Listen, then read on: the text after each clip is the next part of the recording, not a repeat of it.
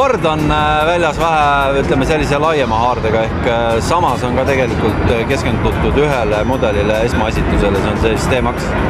Jah, ütleme tegelikult küll juba aasta eest Genfi näitusel näidati S-Maxi kontseptautot esmakordselt, nüüd on ta tibakene edasi arendatud, tootmisküps ja loodetavasti juba eeloleval sügisel siis ka müügisaalidesse jõudev.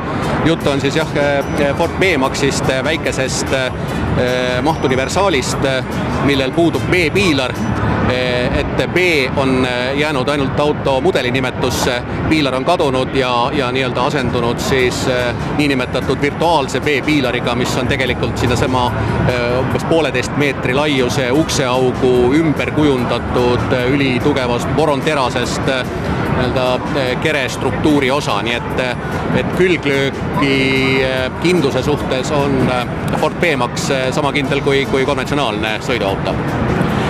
Lisaks B-Maxile tasuks mainida sellistele hot hatch armastavatele autoentusiastidele Fiesta ST tulekut.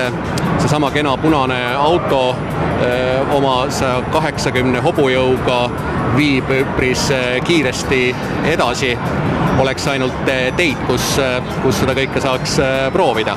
Aga veel selle aasta lõpus võite seda salongidest osta.